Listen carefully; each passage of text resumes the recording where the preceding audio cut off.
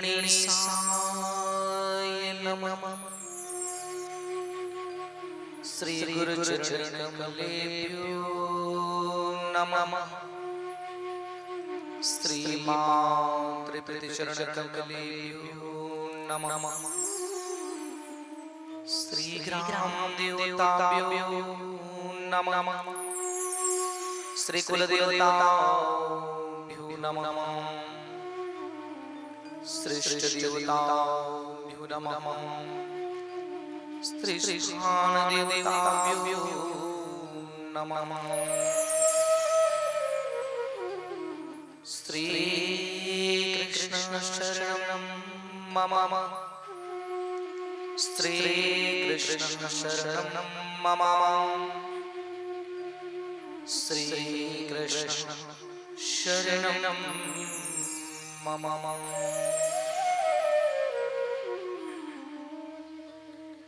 गुरुर्ब्रह्मा गुरुर्विष्णु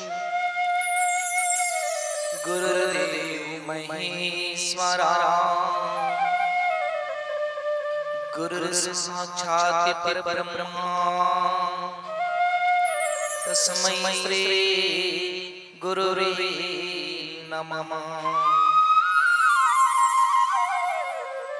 ध्यानमूलं गुरुर्मूर्ते पूजामूलं गुरुपदम् मन्त्रमूलं गुरुर्वाक्यं मोक्षमूलं गुरुर्कृपा।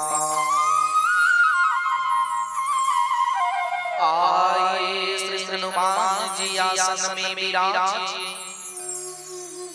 प्रेम सहित गाए प्यारे संकट को मिटाए।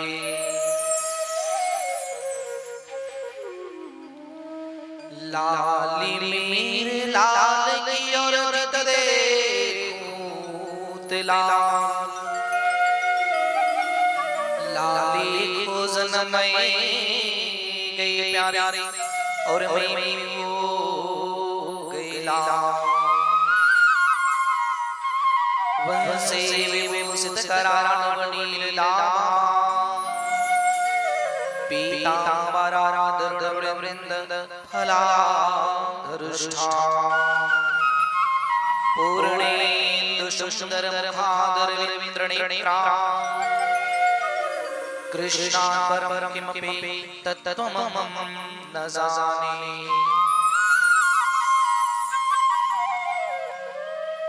ब्रजे वसन्तं नवनीतचरं गोपाङ्गनानां यदुदोलचौरम् अनेकजन्मार्जित पापचौरं चौराग्रगण्यं पुरुषं नमामि। यं यं प्रव्रजन्मनुपेतमपेतकृत्यं द्वैपायनो विरहकातरयाजना पुत्रेति तन्मयतया तरोभिनेयदुस्तं सर्वभूतहृदयं मुनिमानतोऽस्मि। राधे स्वामिनी और मैं राधे जुगदास जन्म जन्म मोहि जियो प्यारे श्री वृंदावन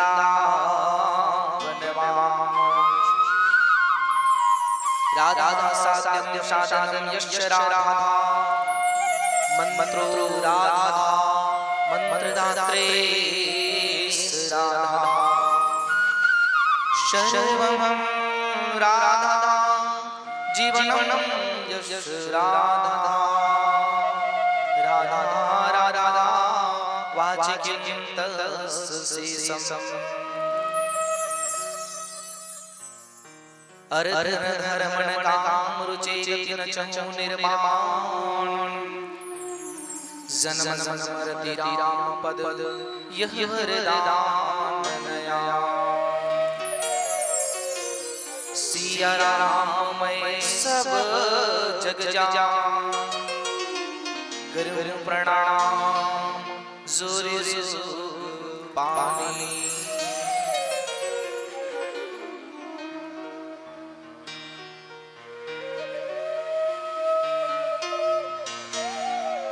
आइए मेरे देश, समाज, परिवार, हमारे ग्राम में, हमारे अंतःकरण में शांति हो, ऐसा सब से ईश्वर से प्रार्थना करें और ईश्वर को हाथ जोड़ करके अपना भाव प्रकट करें। हे ईश्वर सब सुखी हो, कोई न हो विदुहारी, सब निरोग भगवान, धन धान के भंडारी, सब भद्र भाव दे, सतमार्ग के पथिक हो, दुखिया ना कोई हुए, सृष्टि में प्राण धारी।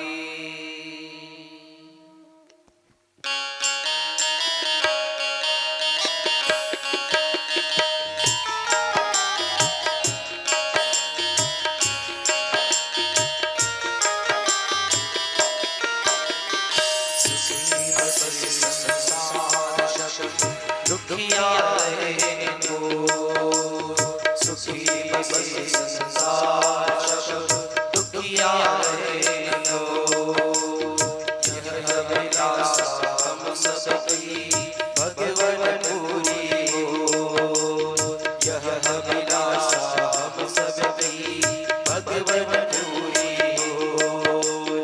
विद्या बुद्धि तेज बल सबके भीतर हो, सबके भीतर हो, दूध दूध धन से वंचित रहे को, दूध दूध धन से वंचित रहे को।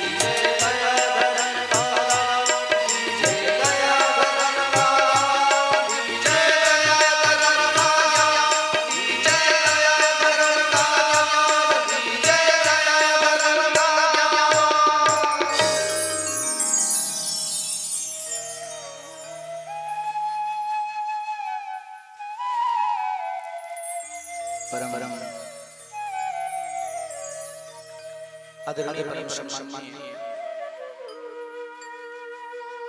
परमात्मा भगवान श्री लाल की मूर्ति को साक्षात्कार प्रणाम करते हुए, गुरुजी के सादर चरणों में प्रणाम करते हुए, माता पिता के सादर चरणों में प्रणाम करते हुए, मादी शक्ति विमलेश्वरी मां भुवनेश्वरी मां बमलेश्वरी मां वैष्णवी के पवन चरणों में कोटि कोटि नमन करते हुए, बल बुद्धि विद्या विवेक से परिपूर्ण श्री हनुमंतलाल के पावन चरणों में साष्टांग दंडवत करते हुए, ग्राम देवता कुल देवता इष्ट देवता स्थान देवता एतत् कर्मणाम देवता अस्ति माता के पावन चरणों में साष्टांग नमन करते हुए, ममता में मेरे माताएं, करुणा में पिता बंधु भाई, प्रेम माया स्नेह और दुलार देने वाले प्यारे छोटे छोटे भाई आए हुए कथा प्रेम भक्तजन, आध्यात्म प्रेम भक्तजन, सत्संग भक्तजनों, संत वृंद सुता समाज, बाहर से आए अतिथिगण, समस्त ग्रामवासी, सीते पार निवासी, माताएं बहनें बंधु भाई, आप सभी के पावन हृदय में बैठे हुए भगवान चितचूर के चरणों में कोटि कोटि नमन करते हुए, आज के आयोजक समस्त ग्रामवासी, सीते पारवासी, माताएं बहनें बंधु भाई, हृदय में प्रभु नाम की महिमा का उच्चारण करते हुए आप स्नेह पूर्वक बैठे हैं।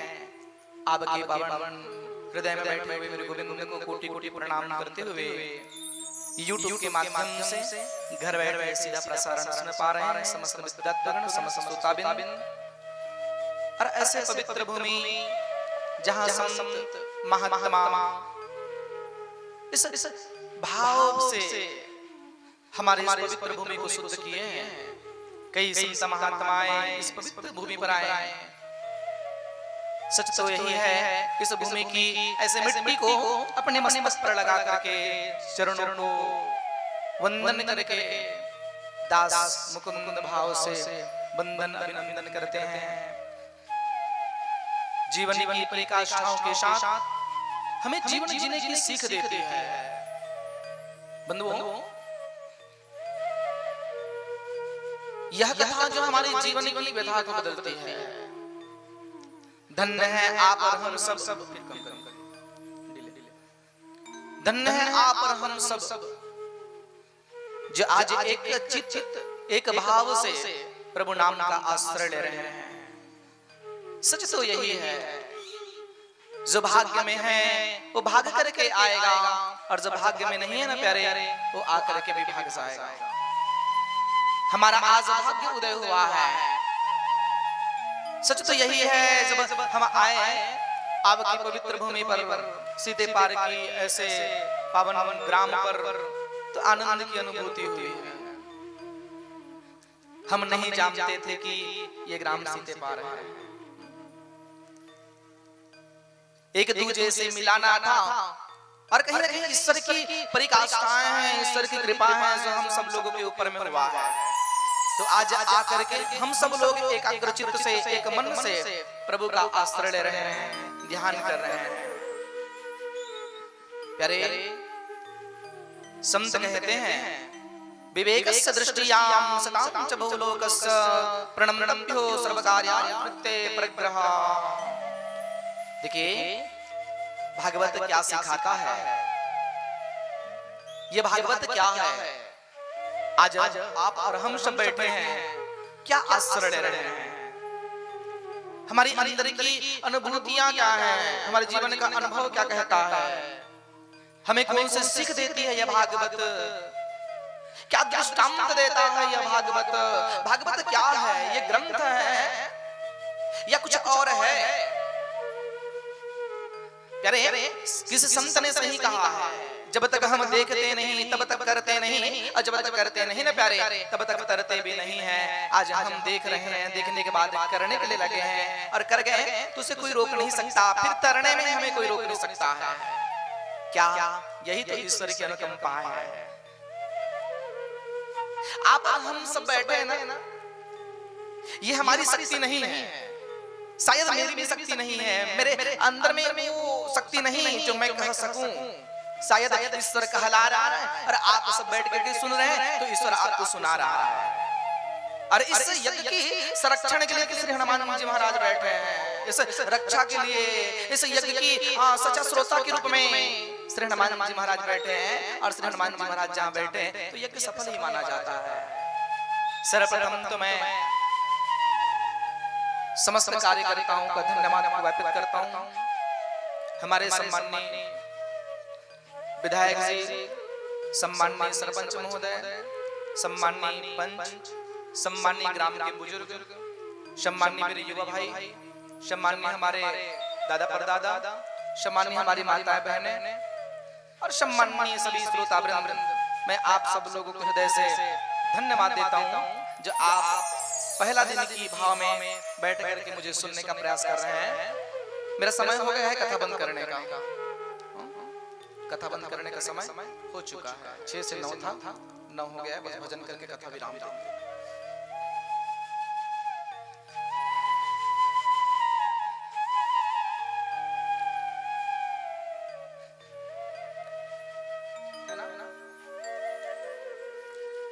हो गया, देखिए टाइमिंग देखिए, हाँ 5-10 मिनट रखिए, 10 मिनट भजन हो जाएगा। आपने हमारा पूरा समय ले लिया है, इसलिए मैं भी आप लोगों का समय नहीं लूंगा।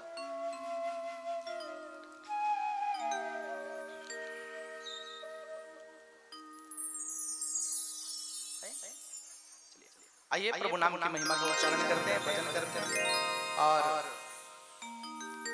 भाव से प्रकट करते हैं। आइए प्रभु नाम की महिमा का।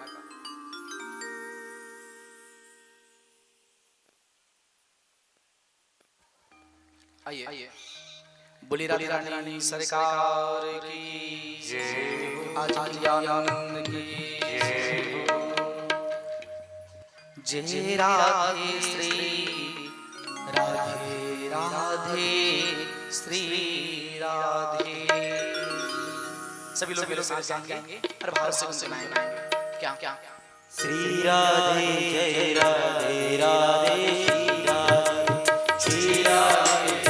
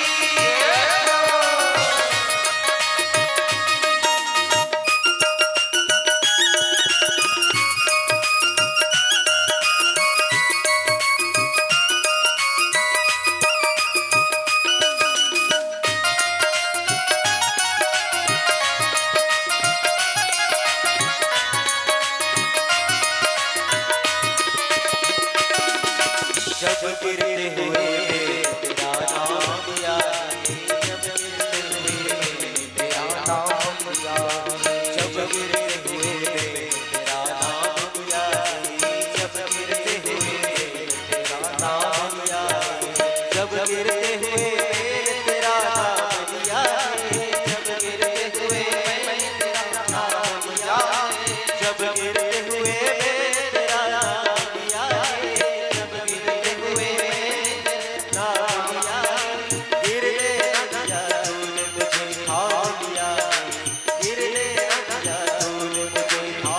उसके बाद वो हाथ उठाकर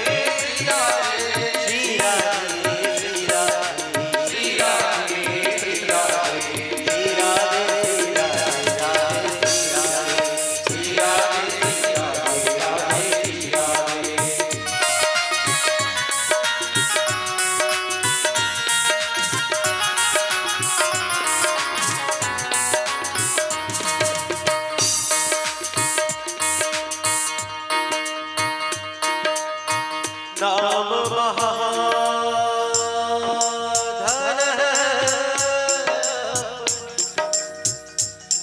नहीं दूसरे संपत्ति और कमाई छोड़ अटारी अटारक के हम कोटिया ब्रजवासी बनाई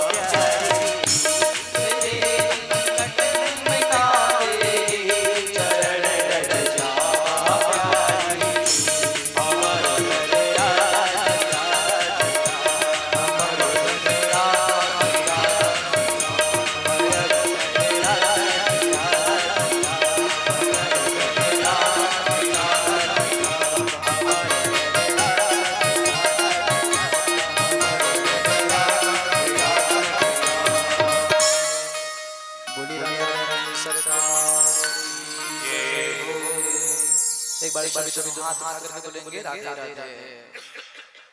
दोनों हाथ उठा के बोलना राधे राधे। ऐसे नहीं जोर से बोलना पड़ेगा राधे राधे। बहुत सुंदर। यही आनंद की अनुभूति आप सब लोगों को 7 दिवस तक प्राप्त करना है।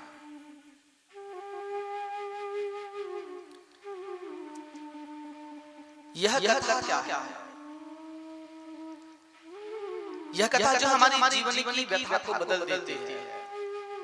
और सच कहें मेरी माँ तो सच तो यही है। ये कथा क्या है? हमारे शास्त्र में कहा गया है अगर मैं थोड़ा सा छत्तीसगढ़ी भाषा में कहूँ आप लोगों को तो कुछ और नहीं, एक ही भाषा है। अंधरा के आँखिए, लुलुआ बर बैसाखिए, ज्ञानी बर ज्ञान, निर्धन बर धन, निर्बल बर बल, जेमे हमर सबो समस्या के निदान, यही राम कथा, यही कृष्ण कथा है। मतलब एक अंधे के लिए आँख है, एक जिसके पास पैर नहीं है इनके लिए बैसाखी है, निर्बल के लिए बल है, विद्वान के लिए विज्ञान है। और सच तो यही है जो हमारे जीवन की पूरे समस्या का एक समाधान है, यह कथा है। भागवत कथा हमें क्या सिखाता है? भागवत कथा हमें मृत्यु सिखाता है।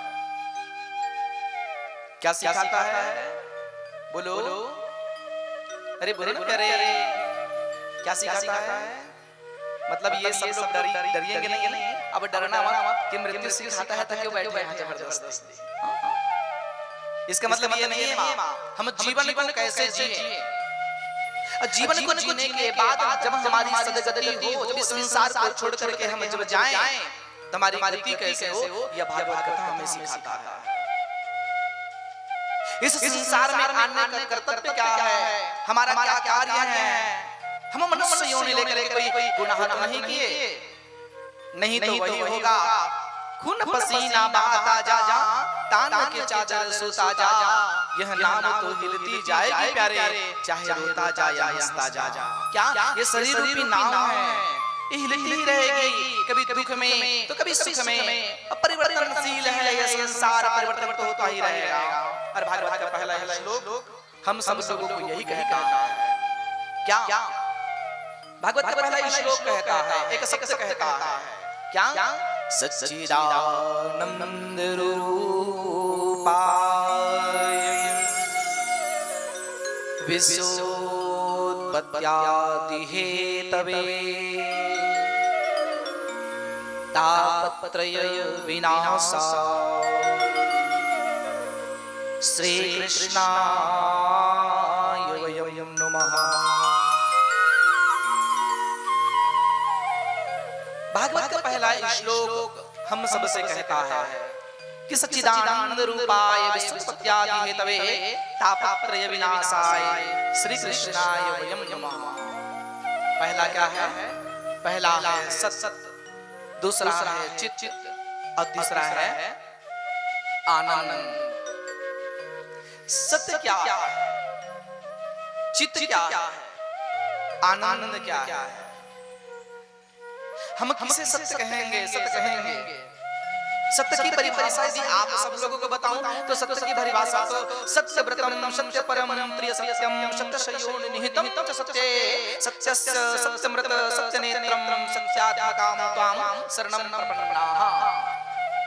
क्या है? सत्य तो शाश्वत है, सत्य तो सामने है। आप यदि बैठे हैं तो सत्य है, मैं बोल रहा हूँ सत्य है, हम कर रहे हैं सत्य है, और हम देख रहे हैं ना माँ, ये भी सत्य ही है। सच्चिदानंद है, सत्य सामने हो, चित्त प्रभु के चरणों में हो। जब सत्य सामने हो और चित्त प्रभु के चरणों में लग जाए, प्रीति हो जाए, तो होगा क्या? फिर होगा वही जो मेरे ईश्वर चाहेगा। फिर आपकी अर्जी होगी और इनका मर्जी होगा। जब आप ईश्वर के सामने पहुंचे, ईश्वर से अर्जी लगाएं, तो केवल इनकी मर्जी हो, ये मर्जी के काम करें। ईश्वर और हम में अंतर क्या है? ईश्वर क्या है, हम कौन हैं? हम एक मनुष्य हैं, हम एक जीव हैं। कैसा जीव? ईश्वर और हम में दोनों में क्या अंतर है, क्या भेद है? लक्ष्मण ने भगवान राम जी से यही बात पूछा था, प्रभु मैं एक बात कहना चाहता हूँ। राम ने कहा भैया क्या बोलना चाहता है? बोले भैया मैं इतना जानना चाहता हूँ, ईश्वर जीव में भेद प्रभु सकल कहु समुझाए, ताकि चरण प्रीतम हो शोक मोह ब्रह्म जाए। ईश्वर जीव में क्या अंतर है, क्या भेद है? मुझे समझ नहीं आता, मुझे समझाइए। ये ईश्वर की माया क्या है जो लोग ग्रसित हो जाते हैं, लोग फंस जाते हैं? ईश्वर की माया कैसे है, मुझे जरा समझाइए। भगवान राम ने कहा, हे लक्ष्मण, ये ईश्वर के बारे में जानना चाहता है? तो कुछ मत जान, एक चीज जान जाना, क्या? एक परतंत्र है और एक स्वतंत्र है। एक क्या है मेरी माँ? बोलो। एक परतंत्र है और एक क्या है? बोलो। आवाज आ रही है कि नहीं आ रही है? हाँ, नहीं आ रही है? आवाज बढ़ा देना बेटा। आवाज आ रही, पीछे तरफ आ रही आवाज? आ रही ना? एक स्वतंत्र है और एक क्या है? जोश से बोलना। एक स्वतंत्र है और एक परतंत्र है। स्वतंत्र किसे कहेंगे? अरे परतंत्र किसे कहेंगे? स्वतंत्र की परिभाषाएं और परतंत्र की परिभाषाएं यदि जानना है ना प्यारे, तो कुछ मत जाना। जिस प्रकार से एक पतंग है, एक पतंग है, जब पतंग को आप लेकर के चलाते हैं, जब हम छोटे थे पतंग को लेकर के चलाते थे, हमारे हाथ में रस्सी रहता था। मेरे मियाँ क्या रहता था? रस्सी रहता था। वह धागा आपके हाथ में होते थे और पतंग चलता था। मतलब वो पतंग आपके बंधन में है जब तक आपके हाथ में रस्सी है। ध्यान से समझने का प्रयास कीजिएगा। क्या? जब तक रस्सी है तब तक वो बंधा हुआ है, परतंत्र है। रस्सी टूटा, रस्सी से हटे, अलग हुआ कि पतंग कहाँ गिर गया? कहीं अपने जगह में जाकर के गिर गया।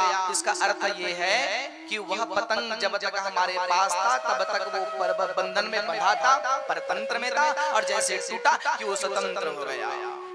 भगवान और हम में अंतर क्या है? ये स्वतंत्र है, हम परतंत्र हैं। ये स्वतंत्र है, हम परतंत्र हैं। मतलब ये है कि निज इच्छा निर्मित तनु माया गुण गोपाल, ये अपनी इच्छा से, अपनी भावना से जहां चाहे, जिस जगह चाहे, जिस स्थिति परिस्थिति में चाहे वो जन्म ले सकता है, प्रकट हो सकता है। पर हम चाह करके न मेरी माँ न जन्म ले सकते हैं न प्रकट हो सकते हैं। क्या? लक्ष्मण जब पूछा कि स्वतंत्र और परतंत्र में भाव बताया, और वही शब्दों में फिर कह दिया कि माया क्या है, तो शब्दों में यह कह दिया कि माया कुछ और नहीं है, माया तो एक शब्द है, मैं और मोरी तोरी तय माया, जही विधि बसही जीवन निकाया। क्या? ये मेरा है और ये तेरा है। अच्छा, एक बात आप सब लोगों को आज पहली बार है ना, आज मुझे आप लोग जानेंगे और मैं आप लोगों को जानूंगा। एक बार दोनों हाथ उठा के बोलना प्रेम से राधे राधे। ऐसे नहीं, जोर से बोलना पड़ेगा, राधे राधे राधे। अच्छा, एक बात आप सब लोग मुझे बताइएगा, ये जो मेरे पास में है ये किसका है? बोलो बेटा, सब लोग बोलना। किसका है? ये मेरा। कैसे पता आपको? हाँ बेटा, मेरे पास इसलिए मेरा है। अच्छा, पिंडाल भी मेरे पास, मतलब पिंडाल भी मेरा। हाँ? मैं यही समझाने का प्रयास कर रहा हूं। आपको पता चला कि ये मेरे पास है, मतलब मेरा है, और यदि जो आपके पास में रखा होगा वो आपका है। ठीक है? लक्ष्मण को कहा कि ऐ लक्ष्मण भैया, ये मेरा है और ये तेरा है। ईश्वर जीव में भेद प्रभु सकल कहु समुझाए, ताकि चरण प्रीतमो शोक मोह ब्रह्म जाए। इसका शब्दायिक अर्थ यही होता है, शास्त्र यही कहता है कि मैं और मोरी तोरी तय माया, जही विधि बसही जीवन निकाया। ये मेरा है और ये तेरा है। इस बीच में जो फंसा हुआ व्यक्ति है, जो जीव है, ये बंधन में है, फंसा हुआ है। और कहां तक? गो गोचर लगी मन जाई, सो सब माया जाना भाई। जहां तक दृष्टि जा रही है सब माया जाने, सब माया समझे। बोले कैसे? ये सत्य है, एक चित है और एक आनंद है। सत जब आपके जीवन में सत होता है तो आपका चित्त प्रभु के चरणों में समाहित होता है। जैसे चित्त लग जाए, मन एकाग्र हो, मन स्थिति आपके एकाग्र प्रभु के चरणों में हो, तो आपके जीवन में आनंद आता है। मेरी मैया, ये आनंद क्या है? ये केवल ये कथा मजा का उत्सव नहीं है, ये मनोरंजन का विषय नहीं है। कथा भागवत कथा मनोरंजन का विषय नहीं है, ये मनोरंजन नहीं है। सच तो यही है। यदि हम इसे मनोरंजन बना ले, अगर हम इसे केवल वहीं तक बना ले, तो फिर कथा का महत्व खत्म हो जाएगा। इसलिए कथा को मनोरंजन नहीं, कथा का सार समझने का प्रयास करेंगे। क्या है कथा? मजा में अंतर क्या है? मजा का विषय क्या है?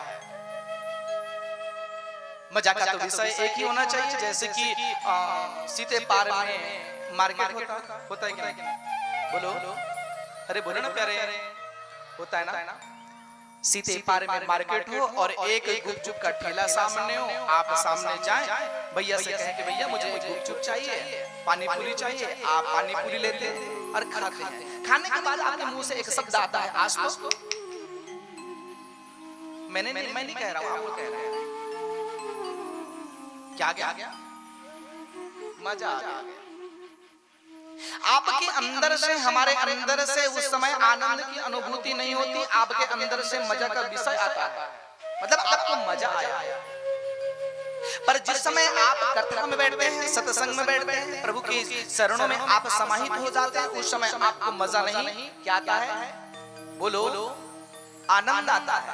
आनंद कहाँ? मजा कहाँ? ऊपर से आए वो मजा है और अंदर से आना कह रहे हैं, ये आनंद है। वो कैसे? प्रेम जब अनंत हो गया, रोम रोम शांत हो गया, न मंदिर में मिलेंगे न गुरुद्वारे में मिलेंगे, फिर वो तो मेरे मन के मंदिर में मिलेंगे। प्रेम जब कतार हो गया तो रोम रोम शांत हो गया।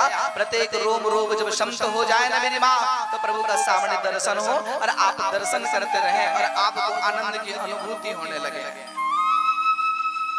जहां सच्चिदानंद बैठ जाए, सतचित और आनंद की त्रिमूर्ति बैठ जाए, वहां पर में आनंद ही होगा। और सच कहें तो जीवन में जब क्रोध आ जाए आपको, अच्छा क्रोध कितना समय के लिए आते हैं आपके पास? बोलो, क्रोध भैया, क्रोध आए कितना समय के लिए? 2 मिनट, 5 मिनट, 10 मिनट, ठीक है। द्वेष जब जीवन में आ जाए तो द्वेष भी कितना समय के रहता है? कुछ समय के लिए। जीवन में कामना आ जाए, काम आ जाए, वो काम भी कितना समय के लिए? कुछ समय के लिए। आप 24 घंटा काम में रह सकते, आप 24 घंटा क्रोध में रह सकते, आप 24 घंटा आवेश में नहीं रह सकते। पर सच तो ये है कि यदि आपको बोला जाए कि 24 घंटा आप आनंद में रहिए, क्या आपसे कहें कि 24 घंटा आप आनंद में रहिए, मुझे बताना मेरी माँ, क्या आप आनंद में रहेंगे? हाँ या ना? क्रोध में रह सकते हैं 24 घंटा? नहीं। द्वेष में रह सकते हैं? नहीं। अहंकार में रह सकते हैं? नहीं। पर आपको कहे कि आपको 24 घंटा आनंद में रहना है, तो आप कहेंगे गुरुजी हमें 24 घंटा नहीं, अगर 24 जन्म भी मिल जाए तो हम तो आनंद में रहना चाहते हैं। आनंद में जब रह जाएंगे तो परमात्मा का दर्शन हो जाएगा, फिर हमें कोई इच्छा नहीं, बस आपके अंदर में यही आएगा कि मुझे आनंद चाहिए। और जब सच्चिदानंद जब सामने हो तो आनंद की यही अनुभूति होती है। सच्चित और आनंद को देने वाले मेरे सामने बैठा हुआ ये गोविंद है, मेरे कृष्ण है, सच्चिदानंद रूपाय विश्व तपत्यादि हेतवे, विश्व की उत्पत्ति, विश्व की सृष्टि और विश्व का संहार, ये तीनों का काम मेरे ईश्वर का है। घर बनाना, घर में है व्यक्ति को भोजन देना और है उसे संहार करना, ये मेरे ईश्वर का काम है, मेरे कृष्ण का काम है, मेरे गोविंद का काम है। तापत्रय विनाशाय, कौन सा ताप? आदि दैवी, आदि भौतिक, आध्यात्मिक, त्रिविध ताप, समनार्थ, धर्मार्थ, काम, मोक्ष फल प्राप्त अर्थ। क्या तीनों ताप को दूर करने वाले ये मेरे कृष्ण हैं। श्री कृष्णाय वयं नमः, उस कृष्ण को हम प्रणाम करते हैं, वंदन करते हैं, सन्निकट उनका ध्यान करते हैं। ये क्या है भागवत? भा का अर्थ क्या है? गा का अर्थ क्या होता है? व का अर्थ क्या है? और ता का अर्थ क्या है? मेरी मैया, भा का अर्थ क्या होता है? कोई बोलेंगे? भाई का अर्थ भक्ति। भा का अर्थ क्या है? बोलो, अरे बोलो ना करे भक्ति, गा का अर्थ ज्ञान, वा का अर्थ वैराग्य, अत्ता का अर्थ त्याग से है।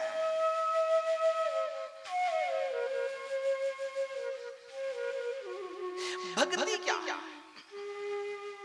क्या हम बैठे हैं यह भक्ति है, या हम पूजा करते हैं ये भक्ति है? पूजा भक्ति ये दोनों में अंतर है। बहुत गहराई से समझिएगा, आज मैं समझाने का प्रयास करूंगा। पहला दिन है इसे समझा रहा हूं। हम पहले जाने इसे समझें कि वास्तव में भागवत क्या है। भा का अर्थ भक्ति से, गा का अर्थ ज्ञान से, व का अर्थ वैराग्य से, और ता का अर्थ त्याग से है। भक्ति कितने प्रकार का? 9 प्रकार की भक्ति है। मानस में गोस्वामी तुलसीदास जी बड़े सुंदर शब्द में कहे हैं क्या?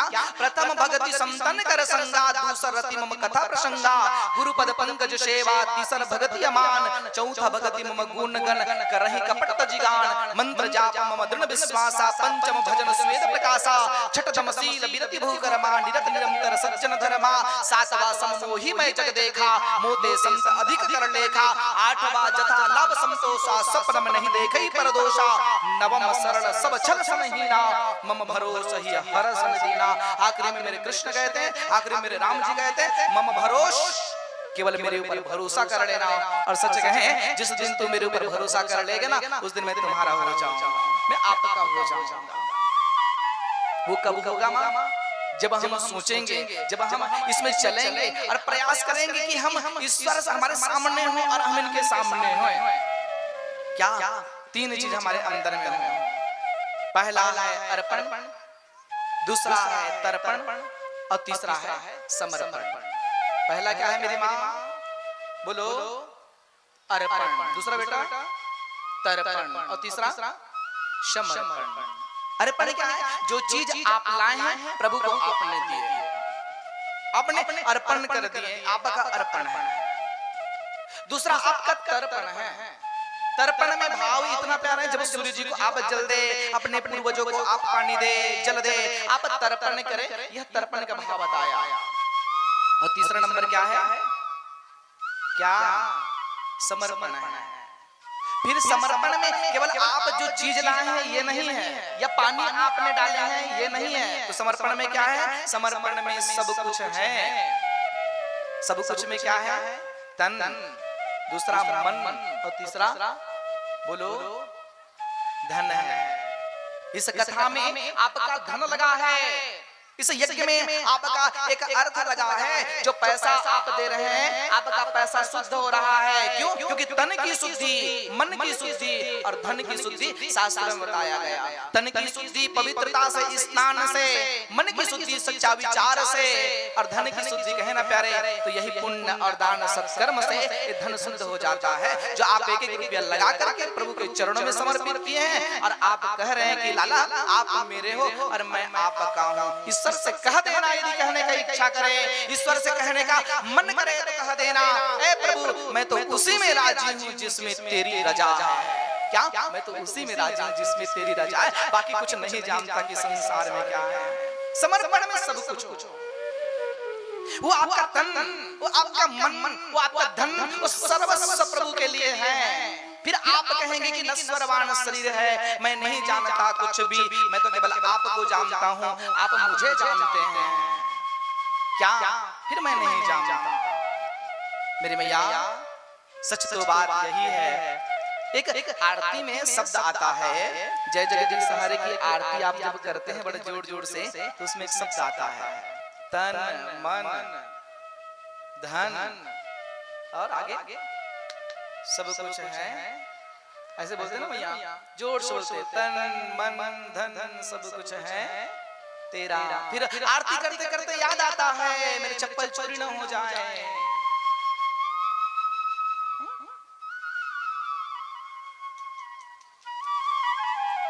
हमने तन समर्पित किए, हमने मन समर्पित किए, हमने धन समर्पित किए, सर्व समर्पित किए, फिर याद आता है चप्पल चोरी ना हो जाए।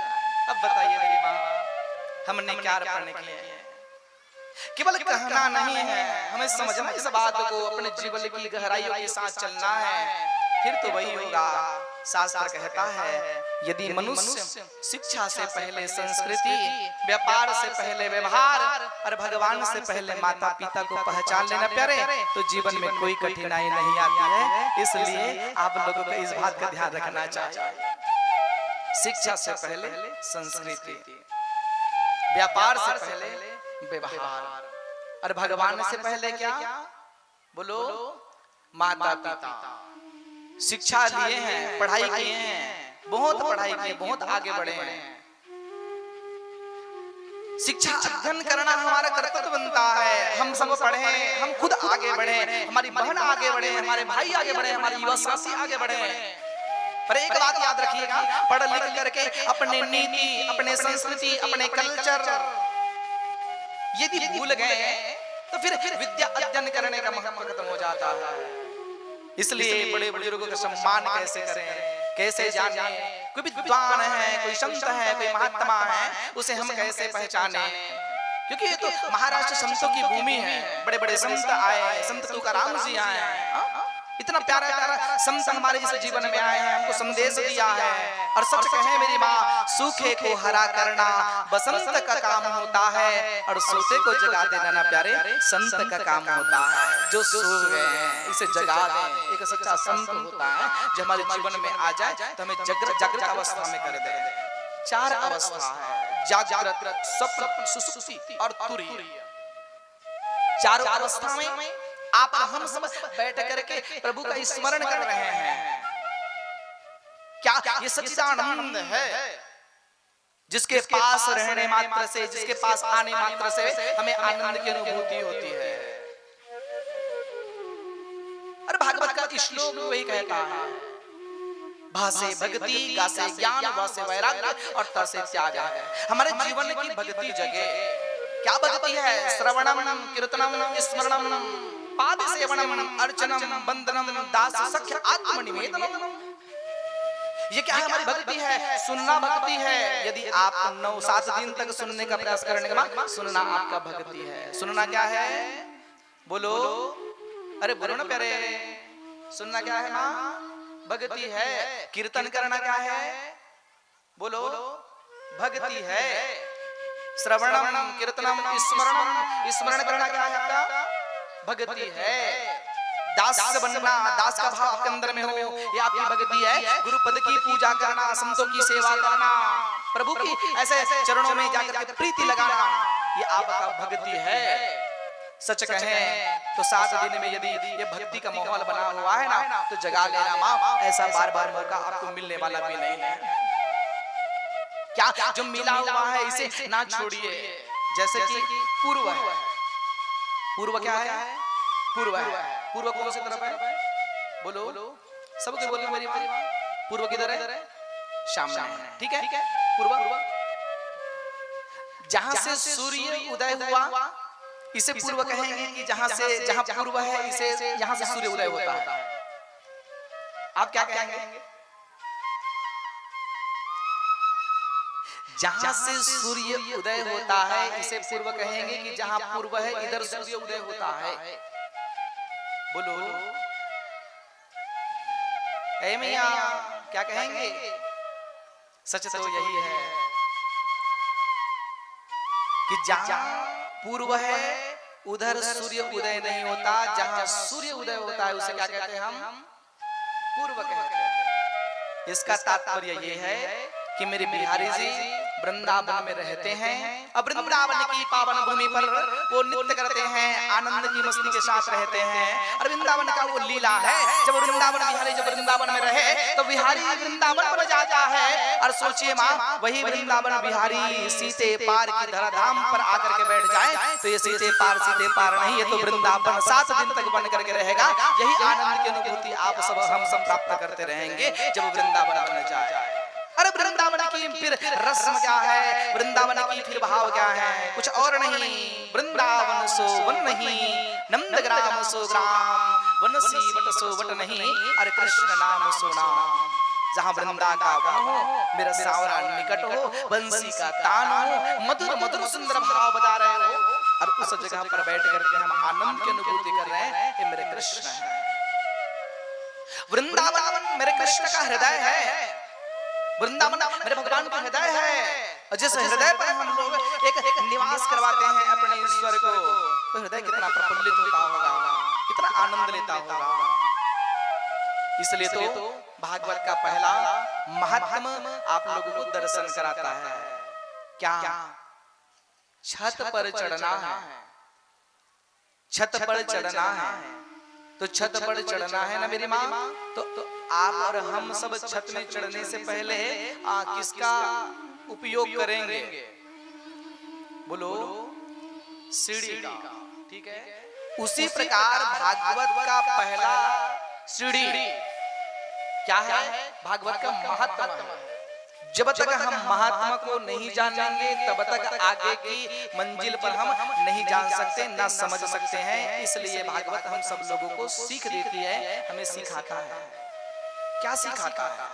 दक्षिण में पैदा हुई, कर्नाटक से आगे बढ़े, गुजरात महाराष्ट्र से होते हुए श्रीधाम वृंदावन पहुंचे। मैया वृंदावन पहुंचते ही एक माँ जवान हो गई, दो बेटा है, ये दोनों बूढ़ा हो गया। अब अचरज मानेंगे कि एक माँ जवान हो और बेटा दोनों बूढ़ा हो जाए, ये कैसे हो सकता है? अब सोचेंगे इस बात को। जबकि माँ का अवस्था बुढ़ापा हो और बेटा का अवस्था जवान हो, यह आप भाव रखेंगे। पर वृंदावन में जाते ही वह भगवती महारानी जवान हो गई। और सच कहे माँ, तो वो ज्ञान और वैराग्य जो दो बेटा था, ये बूढ़ा हो गया और गोद में सो गया। माँ ने उठाने का प्रयास किया कि बेटा उठ जाओ, बेटा हम तुमको उठा रहे हैं, उठ जाइए। नहीं उठता था माँ, वो बेटा दोनों सोया हुआ बूढ़ा है। और सच बताएं, जब वो ज्ञान वैराग्य को छोड़ दीजिए, वो ज्ञान वैराग्य कहाँ है? हमारे अंदर में ज्ञान है, हमारे अंदर में वैराग्य है। और ये जगेगा कब? क्या ये जगेगा कब? जब किसी संत का कृपा हमारे ऊपर में हो, तब ये जग सकता है। नारद जी को भगवती महारानी ने देखा और भगवती महारानी ने नारद को देख करके जोर से आवाज दिया। क्या किया? भोगो साधु क्षणम तिष्ठ। ऐ साधु, ऐ बाबा, आप आइए, थोड़ा सा निवेदन है। भक्ति महारानी की बात सुन करके नारद जी पहुंचा और पहुंच करके कहता है, देवी कौन हुआ? क्या नाम है आपका? आगे पीछे में पंखा को लगाने वाले, ये धूकना लगाने वाले, ये कौन है? बोले सब तीर्थ यात्राएं हैं, ये गंगा यमुना सरस्वती नर्मदा सिंधु कावेरी सरयू प्रयाग सभी एक जगह स्थापित है। अच्छा, ये दोनों जो सोया है आपकी गोदी में, ये कौन है? ये कह लगे मेरा बेटा है। अरे बुढ़ापा अवस्था आ गया बेटा का? बोले हाँ, ये मेरा बेटा बूढ़ा हो गया है। अच्छा, तो देवी आप ऐसा कहां से आए और वृंदावन में आकर के आप क्या बताना चाहते हैं?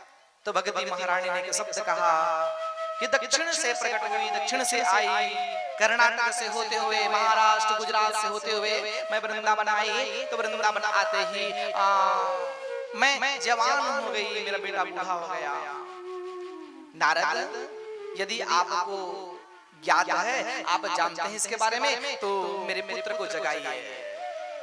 नारद ने कहा कि देवी आप चिंता न करें, आपके पुत्र को जगाने का अधिकार मेरा है, मैं जगाऊंगा। संत का कर्तव्य है। जिस प्रकार से एक पेड़ जब सूख जाए तो पत्ता में पानी नहीं डाला जाता, तना में पानी नहीं डाला जाता, फल में पानी नहीं डाला जाता, तो पानी कहाँ डाला जाता है? जड़ में डाला जाता है। ऐ देवी, मैं एक संत हूँ और संत का स्वभाव है निर्मल पवित्र आनंद की अनुभूति कराने वाले। संत का कोई स्वरूप नहीं होता।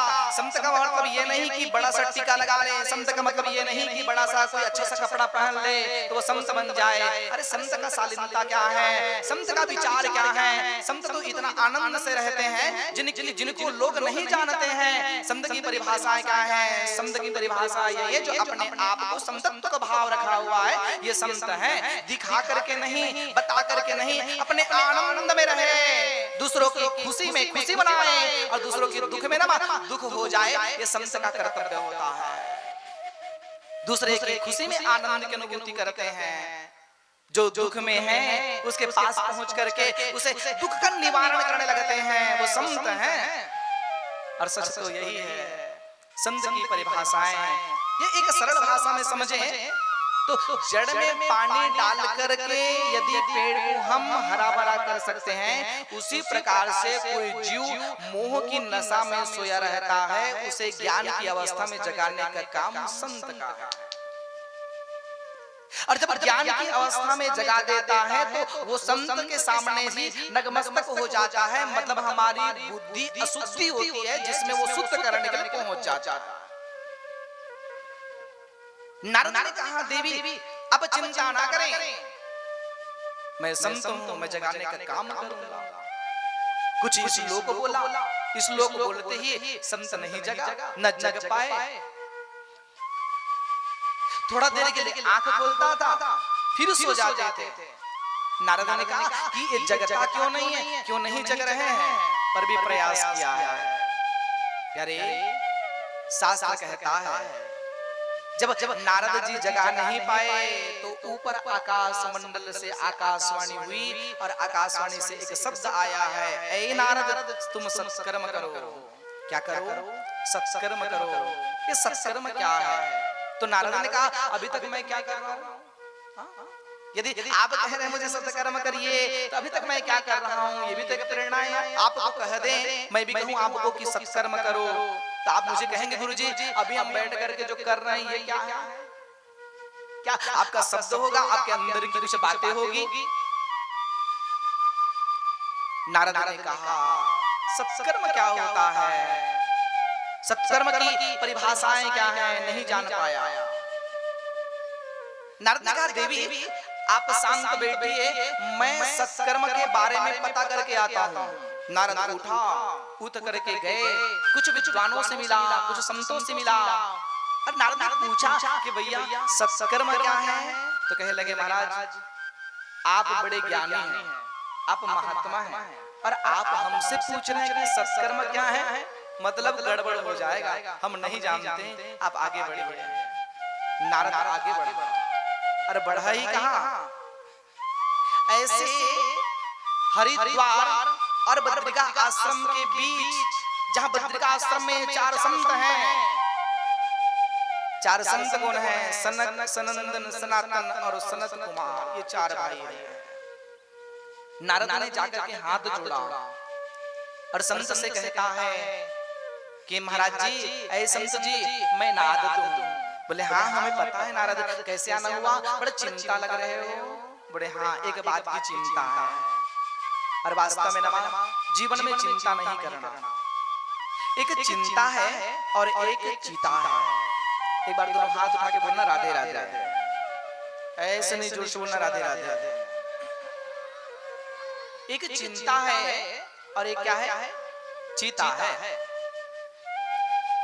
चिंता ने चीता से कहा और चीता ने चिंता से कहा, दोनों एक शब्द में बात किए। चिंता ने चीता से कहा कि चीता तुम क्या करते हो?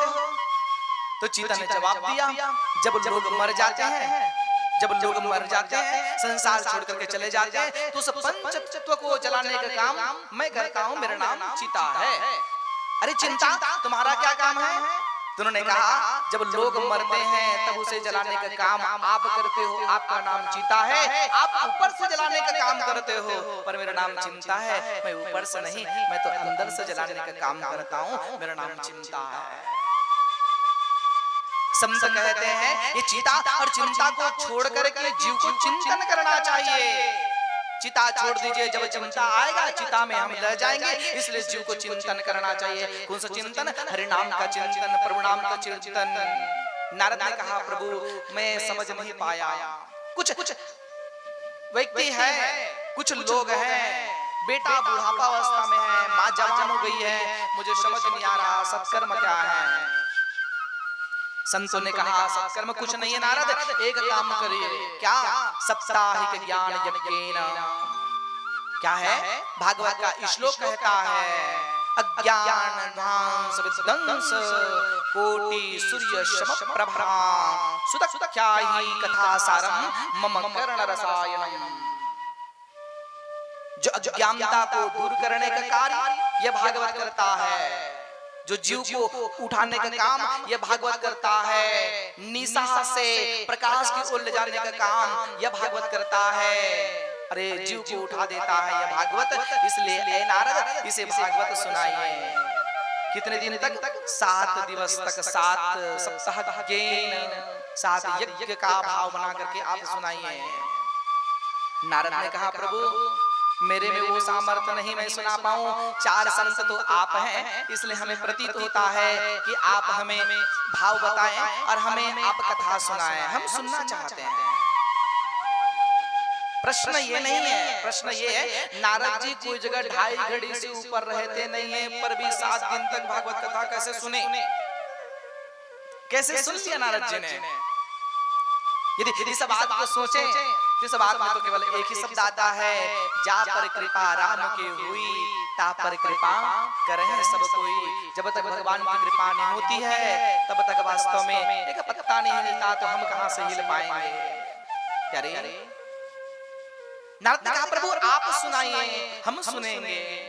और कहां पर सुनाएंगे? क्या बद्रिकाश्रम में सुनाएंगे? क्या हरिद्वार में सुनाएंगे? तुमने कहा अब बद्रिकाश्रम में नहीं, हरिद्वार में नहीं, तो कहां पर सुनाएंगे? बीच में सुनाएंगे, हरिद्वार और बद्रिकाश्रम के बीच में सुनाएंगे। बोले क्यों?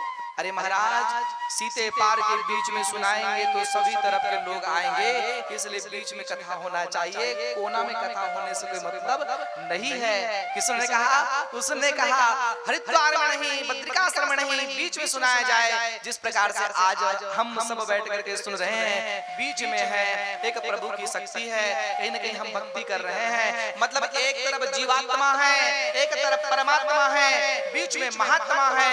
वह महात्मा जीवात्मा को उठा करके परमात्मा में ले जाए, यही सद्गुरु की कृपा है। जब जीवन में सद्गुरु मिल जाए तो फिर आपको कोई रोक नहीं सकता। यही संत है मेरी माँ, यही शास्त्र यही सिखाता है, हम सब लोगों को यही बताता है। प्रभु हमें तो बीच में रह करके सुनना है। नारद कथा सुनना प्रारंभ किया, सुनते सुनते ऐसे समझ आया और कह दिया क्या? सारे तीर्थ धाम आपके चरणों में, क्या? सारे तीर्थ धाम आपके चरणों में, हे गुरुदेव प्रणाम आपके चरणों में। प्रभु मुझे पता है सभी तीर्थ धाम सब जगह कहीं और नहीं, एक ही जगह है। कहाँ है? प्रभु आपके चरणों में है, संतों के चरणों में है। इसलिए मुझे बैठ करके सुनना है, मुझे जानना है, मुझे समझना है। क्या समझना है? सारे तीर्थ धाम आपके चरणों में, हे गुरुदेव प्रणाम आपके चरणों में।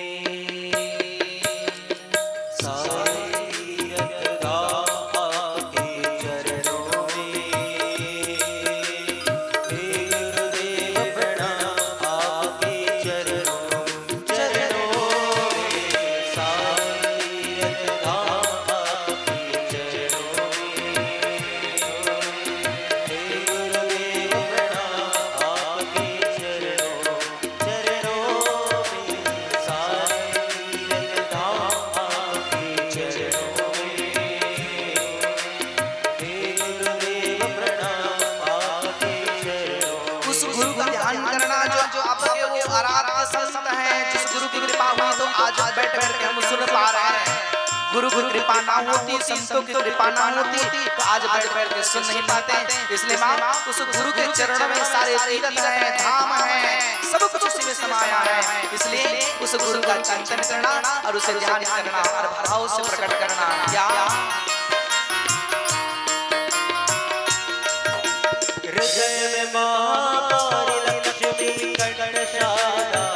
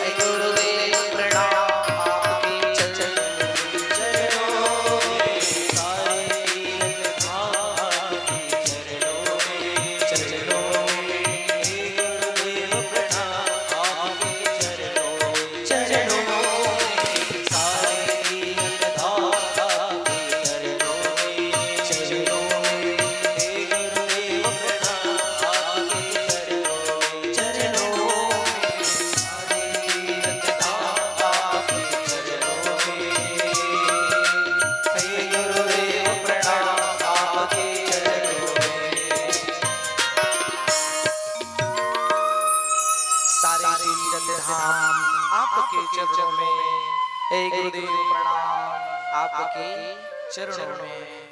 मुझे कहीं दिखता नहीं है, मुझे तो आपके चरण में दिखता है। चारों संतों ने साप्ताहिक ज्ञान यज्ञ प्रारंभ किया, मतलब भागवत कथा शुरू किया है।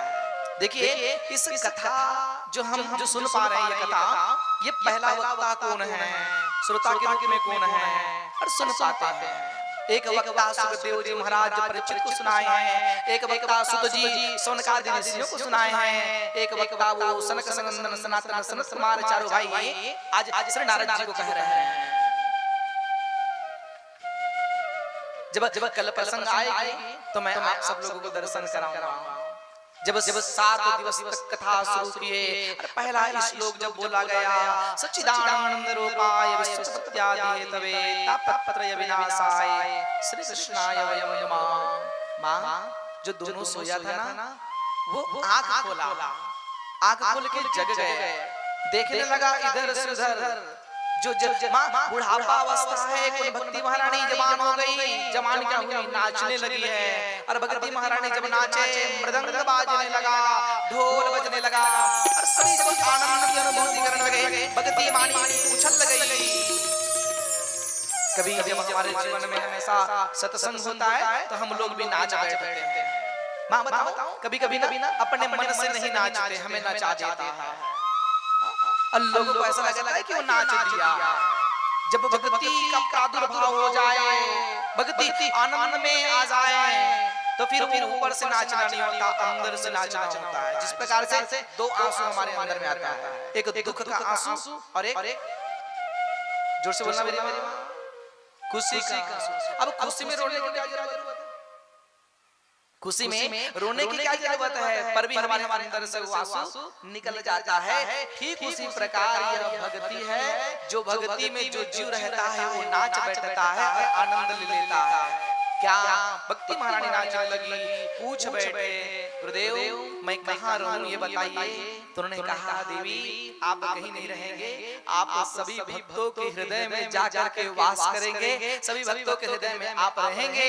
जब आप सभी भक्तों के हृदय में रहना शुरू कर देंगे, जब भक्ति आनंद हो जाएगी तो परमानंद प्रसन्न हो जाएंगे। इसलिए हमारे अंदर की भक्ति जगे, हमारे ज्ञान वैराग्य जगे, हमारी भक्ति महारानी जवान हो जाए। तो सच कहता हूँ, फिर भागवत नहीं, आपको स्वयं साक्षात्कार में परमात्मा का दर्शन हो जाएगा। आप सब लोग वांग में मूर्ति का दर्शन करेंगे। ये हमारी ज्ञान जगे, हमारी वैराग्य जगे। कब जगेगा?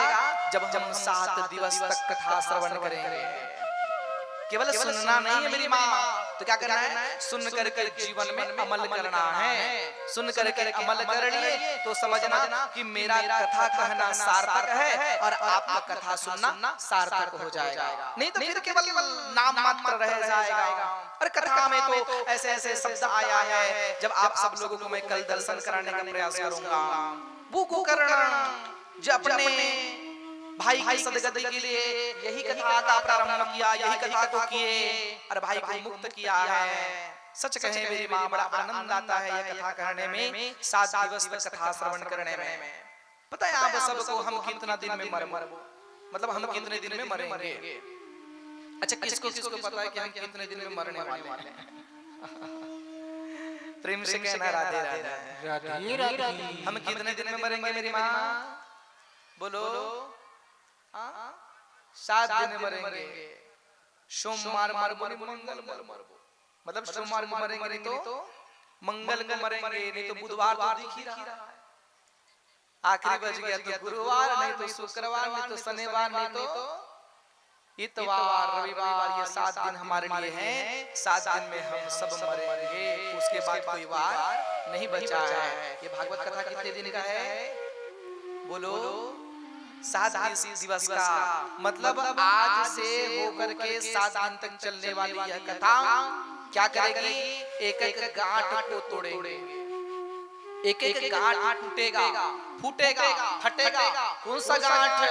कोई और नहीं है, हमारी अंदर की कुछ ऐसे गांठें हैं, काम, क्रोध, लोभ, मोह, मद, मत्सर, अहंकार। ये 7 दिन होगा, एक एक गांठ टूटेगा। और सच कहता हूँ, ये विषय वासनाएं जब हमारे जीवन की हटने लगेगी और 7 गांठ टूटने लगेगा, उस समय जब 7 गांठ टूट जाए तो ईश्वर की प्रबल कृपा होगी। जिस प्रकार से धुंधकारी को लेने के लिए विमान आया, उसी प्रकार हमारे सदगति के लिए मेरे ईश्वर सामने खड़े रहेंगे और हमें भी कहीं ना कहीं चेतना जागृत करेंगे, हमें भी जगाएंगे।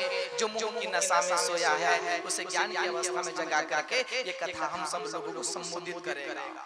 कल हम सब लोग फिर बैठ करके आनंद लेंगे। अगर आप सब की इच्छा हो तो इस कथा को पुनः विराम दें। समय के साथ साथ हम सब लोगों को चलना है और कल ठीक अपने समय में बैठ करके कथा को श्रवण करना है। कल ठीक 6 बजे से लेकर के 9 बजे तक कथा चलेगी, जिसमें आप लोगों को आना है और आकर के श्रवण करना है। समय हमारे पास था और समय के साथ साथ हम लोग इस कथा को कहना चाह रहे थे, पर समय कुछ विलंब के कारण से आज इस कथा को पुनः विराम दिया जाता है। ठीक है, कल आपके बीच में 6 बजे फिर बैठेंगे और बैठ करके कथा का रस स्वादन कराएंगे। यही चाहते हैं ना?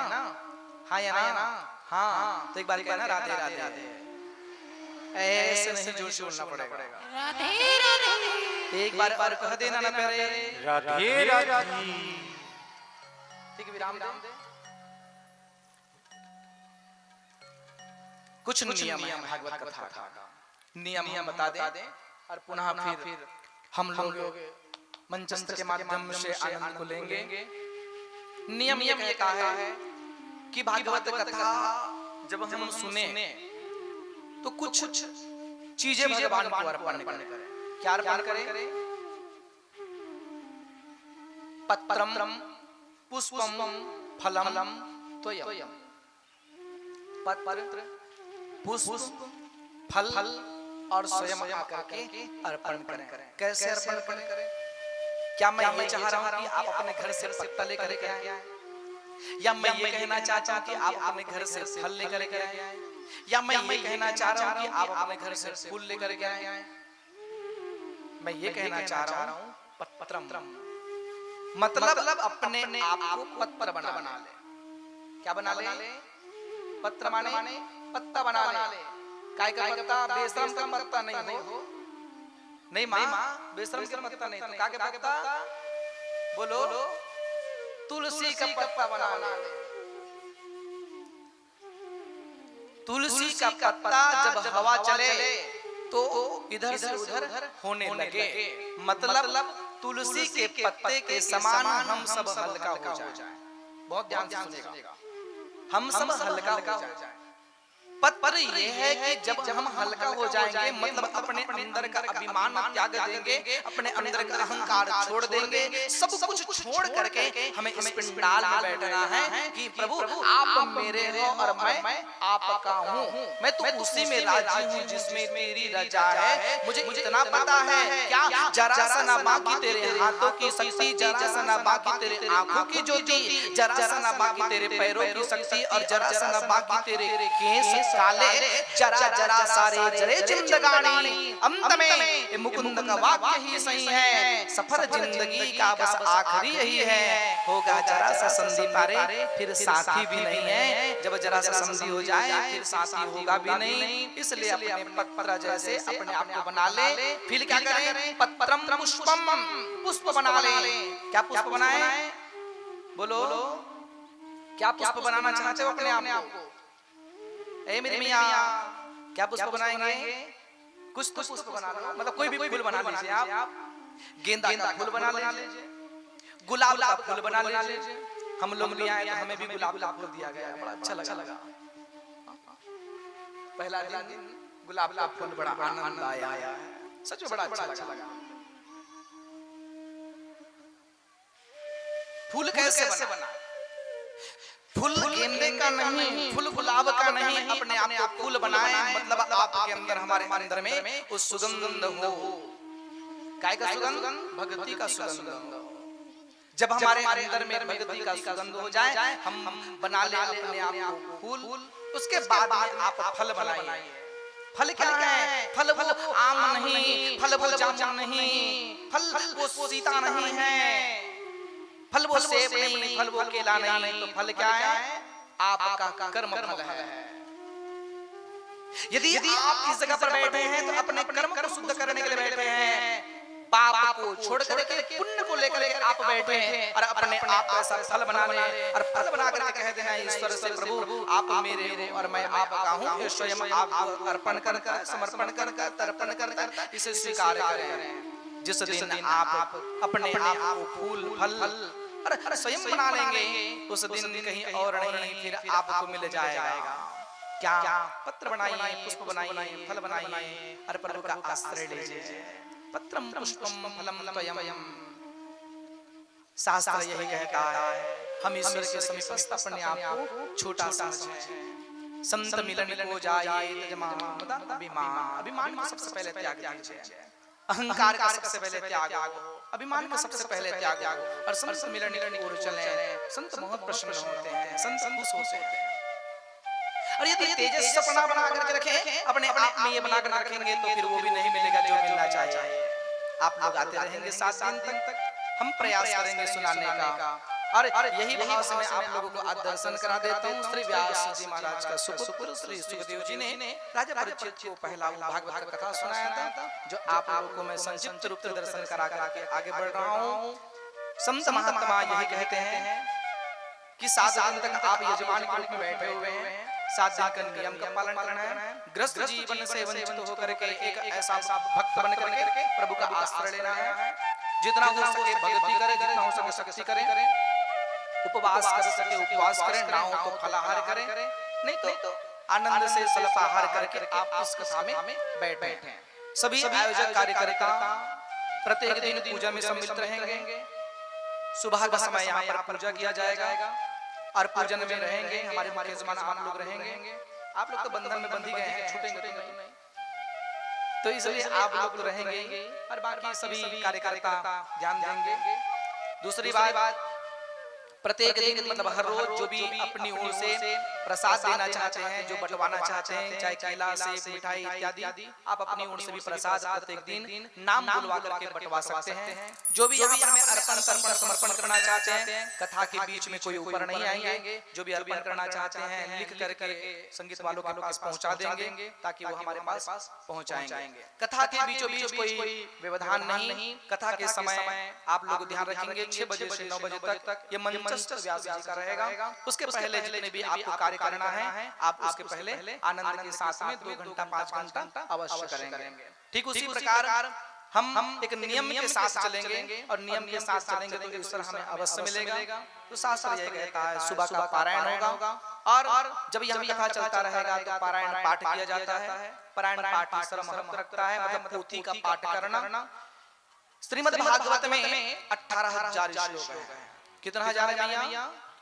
18,000 श्लोक है, 12 स्कंद है और 12 स्कंद को 7 दिन में हम लोगों को कथा कहना होता है। तो संसद के माध्यम से इस कथा को पूर्ण किया जाता है। आप लोग आएंगे, मुझे सुनेंगे, मुझे प्रसन्नता होगा। नियम ये कहता है कि एक वक्ता अपना नियम के साथ चले और एक श्रोता बन करके अपने नियम का पालन करना चाहिए। यदि हम कर रहे हैं हमारे यज्ञ सफल होगा। तो आइए इस भाव के साथ तुलसी का पेड़ यहाँ पर लग गया, तुलसी पेड़ लग गया, बहुत ही सुंदर आज तुलसी का पौधा भी है और साथ ही साथ हमारे सुख जी महाराज भी आ जाए हैं। सुख जी मतलब तोता, और शास्त्र में कहा गया है कि जब तोता हो तो क्या बात है। तो आइए 2 मिनट हरि नाम का आश्रय लें और उनके बाद फिर आप सब लोगों तक भाव जाएं। एक बार सभी दोनों हाथ उठा के कहना राधे राधे राधे राधे। बोले माधवी हरि लाल की जय हो।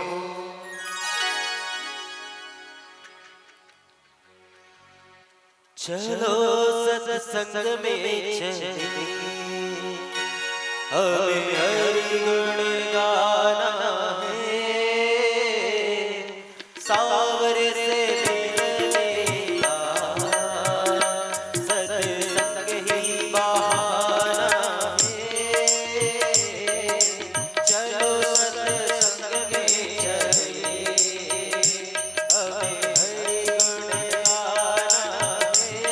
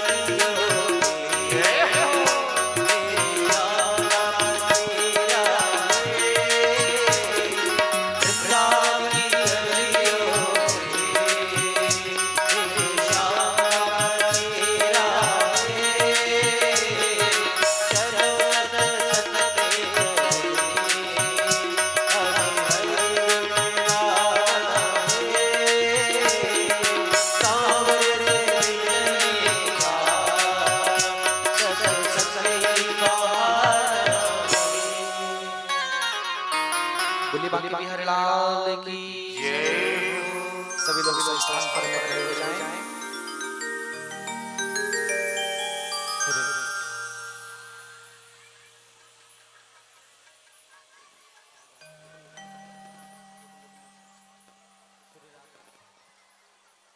श्री राधे सभी लोग अपने उचित स्थान में खड़े होकर के श्रीमद् भागवत महापुराण आरती में सम्मिलित हो गए।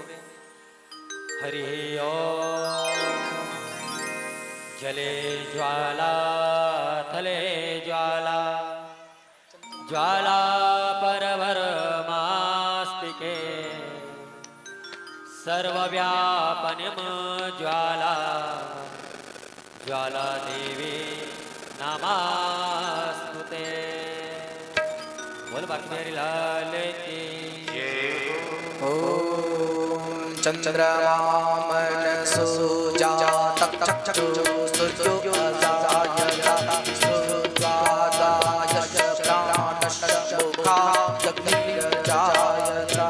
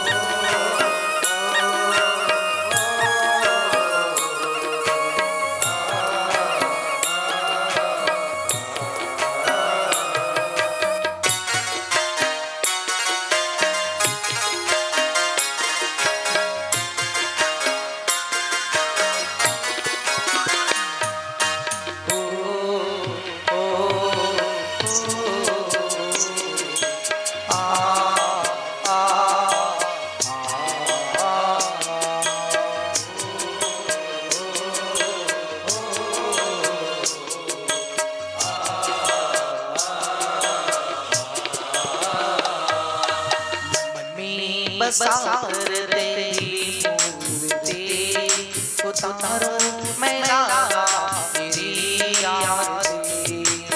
मन में बसार तेरी मूर्ति उतारो मेरी आरती। मन में बसार तेरी मूर्ति उतारो मेरा तेरी आरती।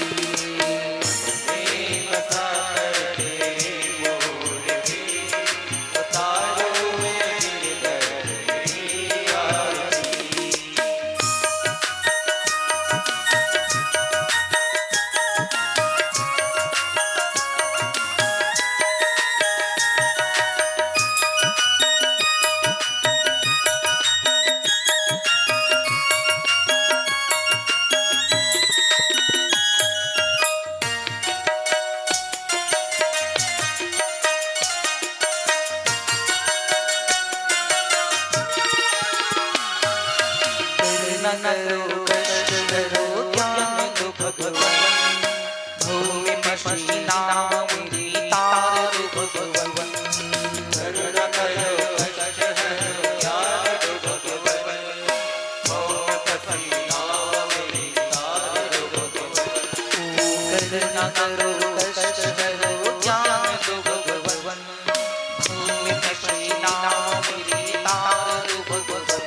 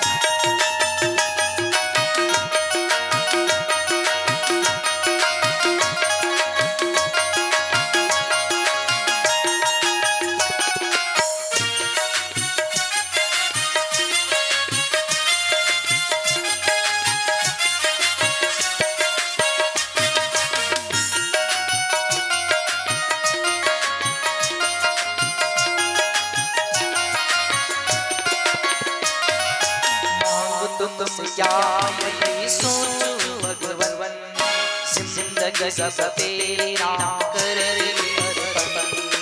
माँ तुमसे क्या यही सोचूं भगवन, जिंदगी सब तेरा कर अर्पण। माँ तुमसे क्या यही सोचूं भगवन, जिंदगी सब तेरा कर अर्पण। माँ तुमसे क्या यही सोचूं भगवन, जिंदगी सब तेरा कर अर्पण।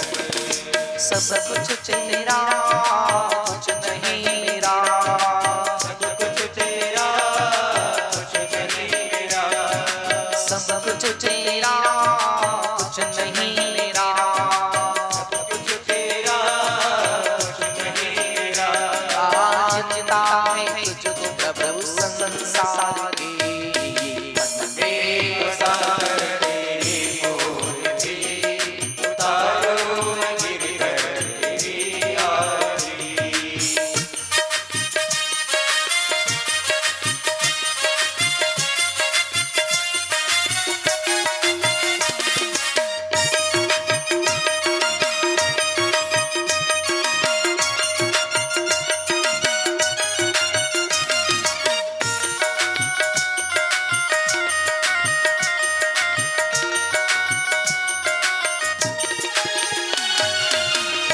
तेरे महिमा गाए सब करेगा, नारद गुण गान करे